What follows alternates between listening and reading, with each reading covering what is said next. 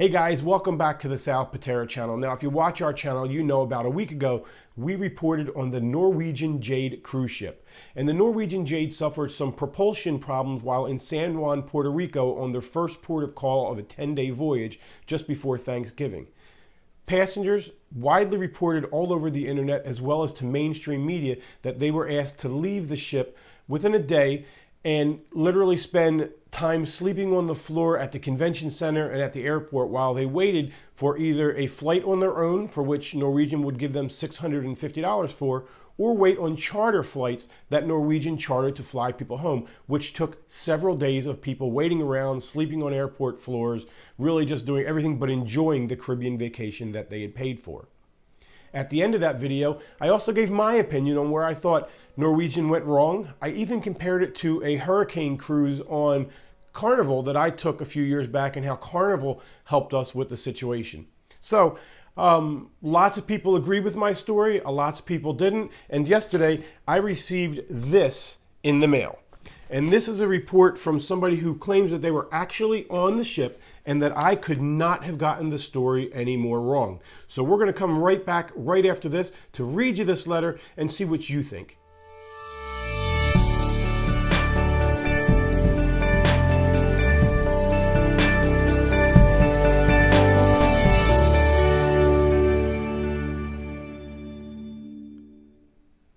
Hey guys, welcome back. So I'm going to start just by reading you this letter. Dear Mr. Pitera, my wife and I came across your YouTube video regarding what took place on board the NCL Jade. After listening to your video, I must say I am appalled by how grossly incorrect it was. First off, you started by reporting passengers had to abandon the ship the day after. Let me pause just for 1 second. I don't believe anywhere in my video did I say that the captain ordered an abandoned ship order. So just wanted to get that out there. We arrived in San Juan on Sunday, November 18th, and were required to leave the ship by Tuesday, November 20th at 4:30 p.m. That would make it nearly 2 days later. The captain announced the termination of our cruise at 10:30 p.m. on Sunday and gave an explanation that equipment malfunction would prevent us from continuing our voyage towards St. Thomas and the other islands. During the announcement, he offered passengers the choice, not requirement, to find their own way back to their place of origin.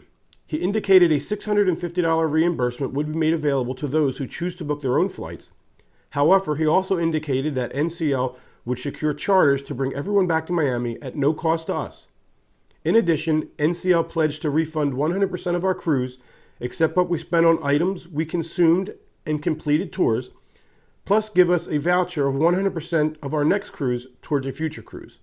In essence, we were practically given 200% of our expenditures. On Monday, November 20th, the cruise director, using the ship's PA, began to announce the cabin numbers of passengers that had been randomly selected to be chartered back to Miami. The process was done in a group and continued to be that way until the last group, more on this below. No explanation was given regarding random selections though. PA announcements continued to be made through Tuesday, November 21st, until the last group was taken to the convention center at 4:30 p.m. Prior to disembarking the group, the rest of us were bused to the airport and put on private charters to Miami. My wife and I booked a brand new Atlas Air B767-300 with a capacity of over 200 passengers. In between, those of us that had to wait to be put on a charter were fed on board much like they would have any other sea day. Even the specialty restaurants opened normally and without delay. We had plenty of food, drink, and reasonable entertainment until we disembarked. In essence, the ship operated like a hotel. I'm not sure who said people, children, elderly, were forced to carry their own luggage, but nobody had to carry anything unless they wanted to. For example, my wife and I chose to handle our own carry-on and duffel bags, but people with large suitcases had the choice to turn them into NCL staff who handed them over to the bus driver to help us. Upon arrival to the airport in San Juan, more NCL staff were available to direct us to our charter airline. There was more confusion at the airport than anywhere else. The airlines experienced computer glitches that were outside NCL's control, which resulted in departure delays. That said, when you're a passenger among 2,500 other people headed back to Miami, the day before the Thanksgiving holiday, you must exercise patience. We all experienced anger and frustration, but you have to report the truth. Our anger and frustration was more with the result of knowing our vacations were practically over. Many people came from faraway lands and many had planned their vacations a long time ago. My wife and I were celebrating our anniversary as we had done for years. Therefore, it was very disappointing to know our plans would have to change. Nevertheless, you should tell others what really happened, particularly if you were not among us. A group of people created a Facebook page and reported what's going on and exchanged notes. My wife joined the group and was waiting at the airport. The worst thing we heard was that the last group taken to the convention center wouldn't arrive to San Juan Airport to board the plane until after 6 p.m., and their plane wouldn't be ready for takeoff until after 10 o'clock p.m. Our group boarded and departed Miami Airport around 9:30 p.m. Upon arrival, NCL staff chartered buses were waiting to take us to the hotel. Yes, NCL made arrangements for anyone who needed a hotel in Miami. They did advise us they would pay for only one night, though. Although I may not agree, but NCL had already committed 200% reimbursement plus us in a hotel. I'm not sure I could ask for more. My wife and I were placed at the Hilton Miami Airport and we were blessed to assign a mini suite. Lucky us, I guess, but that's the truth. Notwithstanding, nobody was, quote, kicked off the ship as you make it sound. Lastly, within 48 hours of our arrival in Miami, and this applies to all of us, refunds were already in our respective account. In fact, I was able to apply my voucher for a future cruise on Wednesday, November 21st. My concierge used the voucher and handled our next cruise certificate immediately. If that's not good customer service, I don't know what is. Your experience on Carnival cannot be compared to our experience. But if you were to draw a comparison, then you should report that much like Carnival, NCL hosted us for 2 days on board while we waited for transportation back to Miami. We did not have to face a hurricane, but our ship couldn't take us back to Miami due to propulsion and navigation equipment failure. That was what was reported to us. It wouldn't be proper and outright stupid for NCL's part to keep us on board and send us back on the ocean under such conditions.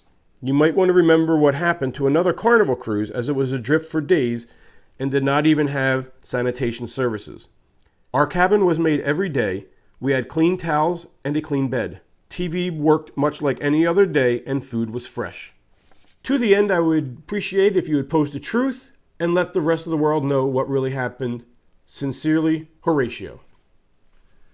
Okay, so I wasn't on board the ship. All I can go by is what lots and lots of people reported. And Horatio, I'm going to take you at your absolute word that this is exactly what happened to you, and I'm so glad that your experience wasn't as bad as some others reported that it was. I do want to comment on just a couple of things. First of all, I never said that the captain ordered an abandoned ship. An abandoned ship is something that's an absolute last resort, usually when a ship is sinking, and I never commented that anybody had to abandon the ship. My overall perspective was on that video is that regardless if they gave you a day and a half to get off the ship, personally, my belief is that the cruise line has an obligation to you. This is your vacation. You spent a lot of money on it. Now, you may want to say that people weren't sleeping at the convention center, people weren't sleeping at the airport waiting for an airline, and that it wasn't tough to get one. I'm here to tell you, pictures show the truth, and it's been all over the news and all over the internet. I'm not the only person that has seen it. And since people paid for that cruise, my personal opinion, everybody should have been able to stay on that ship until the last person was put on an aircraft. It's just that simple. Nobody should have had to been bused to the convention center. Nobody should have had to wait at the convention center. Nobody should have had to been bused to the airport hours and hours and hours, and in some cases days before their flight. It's just that simple. So while you might not have found the experience terrible, a lot of other people did. So since there was 2,500 on your ship and your letter says that you're speaking for, quote, all of us, I can't see how that's happening when a lot of people are reporting a very unsimilar experience as to yours. But hey, I could be wrong. Again, I wasn't on board the ship. All I can go by is what people are reporting. So for the rest of you, let me know what you think down in the comments down below. Did I get it right? Did I get it wrong? I'm really curious to know. I'll see you next time.